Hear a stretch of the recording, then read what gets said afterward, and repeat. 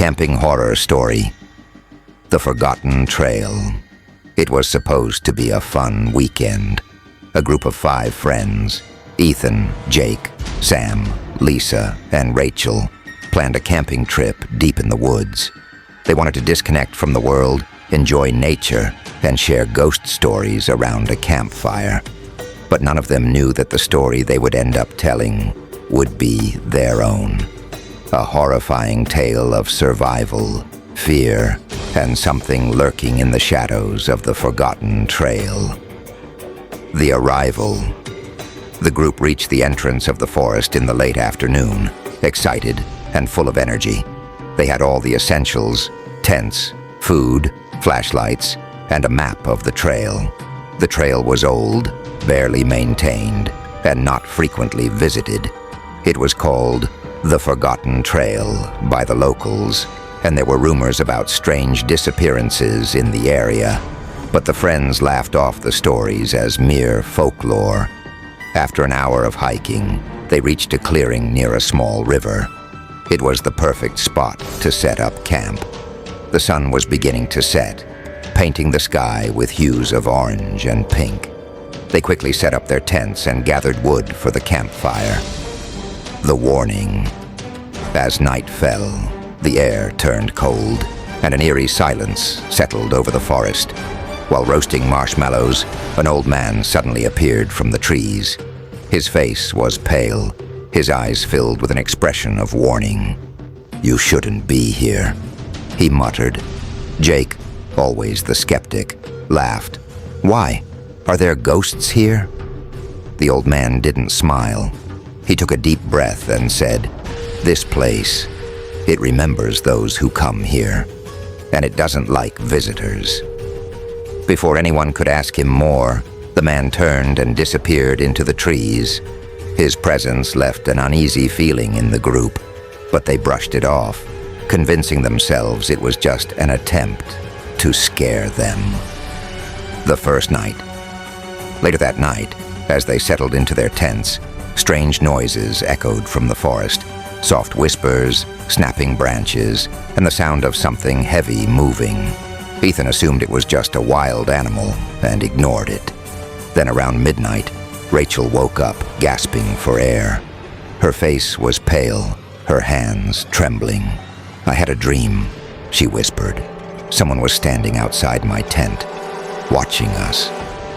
Lisa tried to calm her down, but deep inside, everyone felt something was wrong. The darkness around them felt heavier, like an unseen presence was watching. The vanishing. The next morning, the group found something disturbing. Jake's tent was open, and he was gone. His belongings were still inside, but his sleeping bag was empty.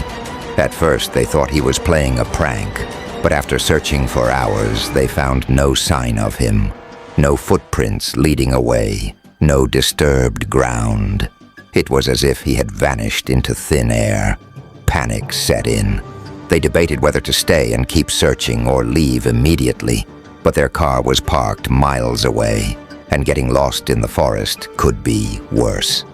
The horror begins. That night, fear gripped them. They kept a fire burning, hoping the light would keep whatever was out there at bay. But at around 2 a.m., they heard a voice. "Help me." It was Jake's voice. They turned towards the darkness, but they couldn't see him. The voice came from deep within the trees. It sounded off, distorted, as if it was coming from multiple directions at once. "Help me," Lisa whispered. "That's not Jake." Then came the footsteps, heavy, slow, deliberate. Something was walking toward them. Sam grabbed a flashlight and pointed it at the trees. For a split second, they saw it. A tall, shadowy figure standing at the edge of the light. Its face was pale, hollow eyes staring at them. It looked human, but wrong. And then it stepped back, vanishing into the dark. That was enough. The group decided to leave immediately. They grabbed only the essentials and ran towards the trail. The forest was darker than before, as if the trees had closed in. The whispers grew louder. The feeling of being watched became unbearable. Then Ethan screamed. Lisa turned to see him being pulled into the trees by unseen hands. His face was twisted in terror as he disappeared into the darkness. The others ran faster, their breaths ragged, their legs burning. As the sun began to rise, they finally reached their car. Without looking back, they jumped in and drove away. Authorities searched the forest for days. They found no traces of Jake or Ethan, no signs of struggle, no footprints. It was as if they had never existed. Rachel, Lisa, and Sam never spoke of that night again. But they all had the same nightmare, standing in the middle of the forest, hearing Jake's voice calling for help, and seeing something in the shadows, watching. And sometimes, late at night, they would hear a whisper outside their windows. Help me, the lingering fear.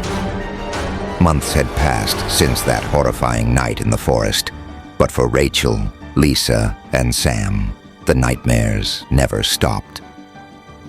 Every night, they heard the same distorted voice calling out, "Help me."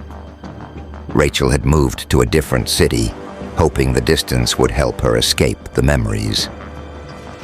Lisa became reclusive, refusing to talk about what happened. Sam, on the other hand, became obsessed with finding answers. He spent hours researching missing person cases in the area and discovered something terrifying. Jake and Ethan were not the first to disappear on that trail.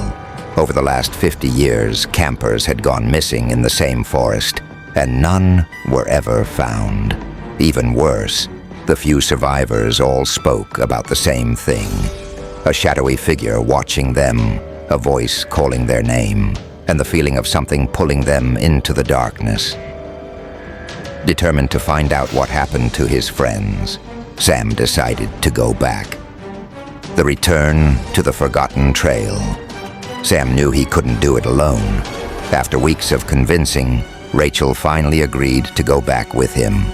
Lisa refused, warning them that some things should stay buried.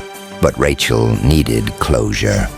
The nightmares were driving her insane, and if facing the forest meant ending them, she was willing to take the risk. They packed their bags with cameras, flashlights, weapons, and extra batteries. This time, they would document everything. Nightfall in the cursed woods. They arrived at the trail just before sunset. The forest looked different, darker, quieter, as if it knew they had returned. Every step felt heavier, like something unseen was pushing against them. They reached the same clearing where they had camped months ago. The remnants of their old campsite were still there. Jake's torn tent, a burnt-out fire pit, and Ethan's backpack, untouched. Then the whisper came, "Help me." Rachel froze. The voice was clear now, not distant or distorted. It was right behind them. Sam spun around, shining his flashlight into the trees. Something moved. A shadow darted between the trunks, too fast for a human. Then they heard the footsteps, slow, heavy, getting closer. The horror unfolds. Rachel grabbed Sam's arm. "We need to leave, now." Sam hesitated. "Number I need to see." Before Rachel could stop him, he stepped forward, aiming his camera at the darkness. The moment he clicked the button, the flashlight flickered, and the world around them shifted. The trees twisted unnaturally, their trunks stretching like melted wax. The sky above turned black, swallowing the moon. The air grew heavy, filled with an unbearable stench of decay. And then they saw them. Jake and Ethan.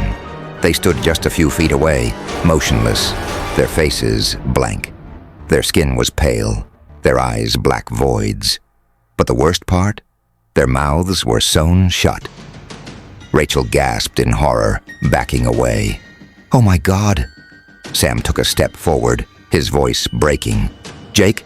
Ethan?" their heads jerked toward him at the same time, moving unnaturally, as if something else controlled them. Their mouths began to twitch, the stitches pulling at their skin. Then the stitches tore open, and from their mouths, the voice came, "Help me." Rachel grabbed Sam's hand and ran.